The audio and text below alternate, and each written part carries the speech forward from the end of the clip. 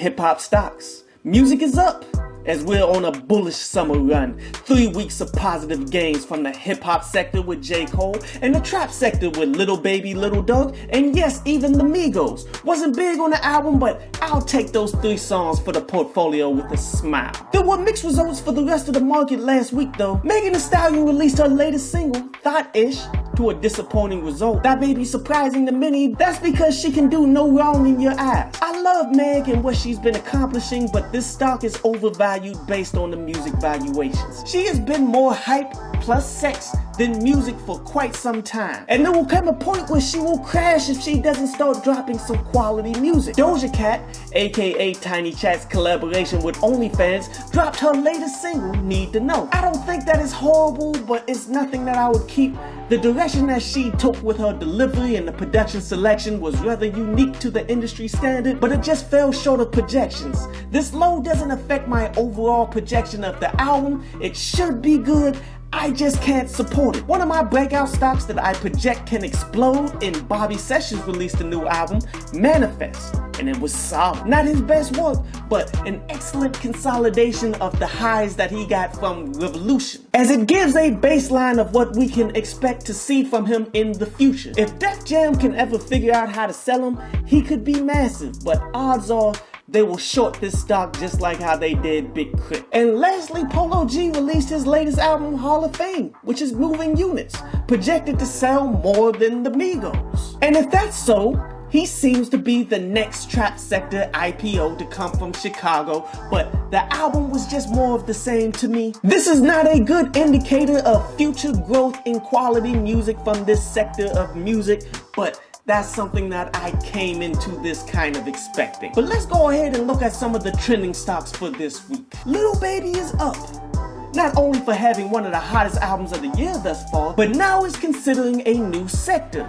as fight promoter. This is something that the culture has shown interest in, which has already given Snoop Dogg about his 20th life of notoriety. For those under a rock, it was Snoop Dogg's commentary when Nate Robinson got knocked out that sparked this interest, on top of Floyd Mayweather collecting more money in one celebrity fight than Michael Jordan got in his entire basketball career. So recently there was a YouTube versus TikTok celebrity boxing match where YouTuber DDG laid the smackdown on a TikToker named Nate Wyatt. After the fact, he trash talked about not even training and being in the strip club the night before.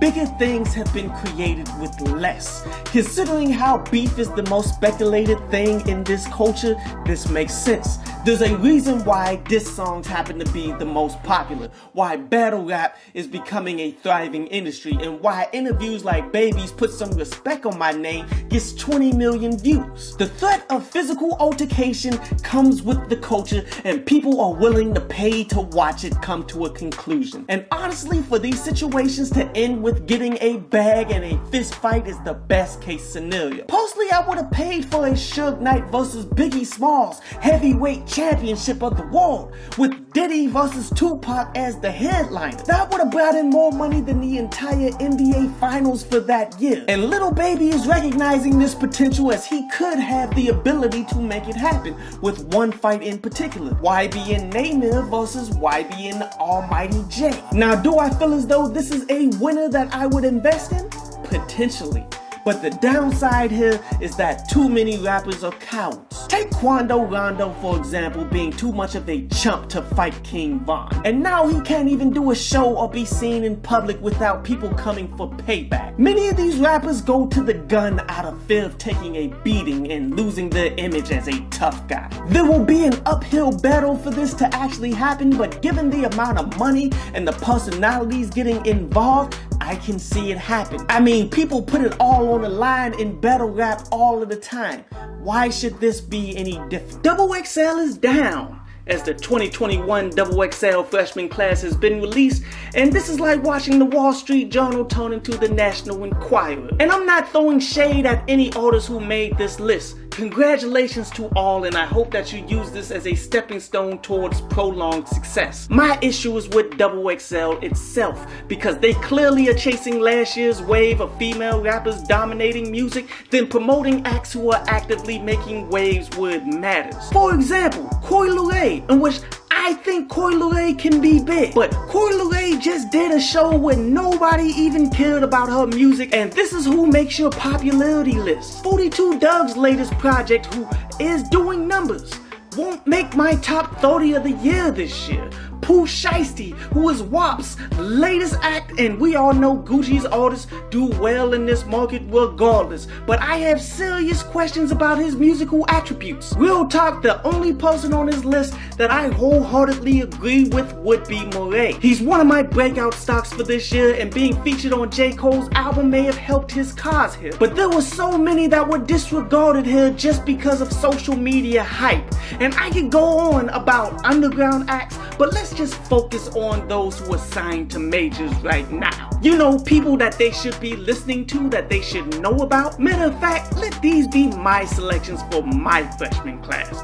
Bobby Sessions, who signed to Def Jam and just released a new project, Manifest, was an incredible snub. DVSN, a duo that signed to Drake. Yes, the biggest act on the planet, has two of the baddest singers out, but somehow get passed up by XXL. Even as he's not signed to a major, Nick Caution is signed to Pro Era, Joey Badass's label, and have been dropping quality music for a while. Masago is signed to Capitol Records. He is one of the more talented people you'll come across. Don't believe me? Listen to I Do Everything, where he literally does everything from produce the whole song, sing on the whole song, rap on the whole song on the highest level. How's about Spillage Village as a group that is signed to J. Cole's Dreamville Records? But why not include some underground acts who need promotion, like Topi Nwigwe, Otis Kane, Wish Granted? Like, do you guys even listen to music, or do you just get paid by the hedge funds to promote the artists? I already know the answer to that question. Never mind. Sell XXL, as nobody probably have bought in that magazine in quite some time anyway. As there wasn't much news this week worthy of the stock exchange, so instead of forcing the issue, I want to take time to explain to the people the purpose of this video series. See, not long ago I had an epiphany. All the things that I do, starting with this channel, I do for the love. Regardless of how this channel does, I will always follow hip-hop because I love the great music of our culture that we built. This is why I seek out the best underground acts when that is clearly not where the money or the popularity is at. But much like everyone else, I need money. And that is when it hit me. Why do something that results in getting money when you can become good at money? Many rappers only rap because there's a potential check. People work crappy jobs so that they can get money. If reparations came through tomorrow, how many drug dealers do you think would retire? So what if I told you everything in the 14 weeks of this series applies to the actual stock exchange, where you can invest your money and let it build on its own? The stock market is just finding businesses you believe in and giving them money to grow. Just like how you find rappers you hope will make classic music. You can track it every day so you can't be robbed. This is far better than giving your money to people with questionable motivations, because we all know that you can't trust anybody with money. In all of these videos, I've been explaining the terminology of the stock market in terms of music to make it all simple. This could be your key to financial freedom to do what you want to do in life, and it's not difficult. You can buy stocks on Cash App today. If you invest in good businesses and have the patience to wait 6 months to a year for return on your investment, then you can get the ball rolling. How much money do you need to do what you want to do in life? $100,000? That's doable with the right investments. People have made that off of GameStop stock in January at like the minimum. Others became millionaires off that stock. There's a lot to learn if you want to become good at it. But there's a lot to learn also if you want to become good at Call of Duty. And plenty of people are good at Call of Duty. Why not learn the key to living life?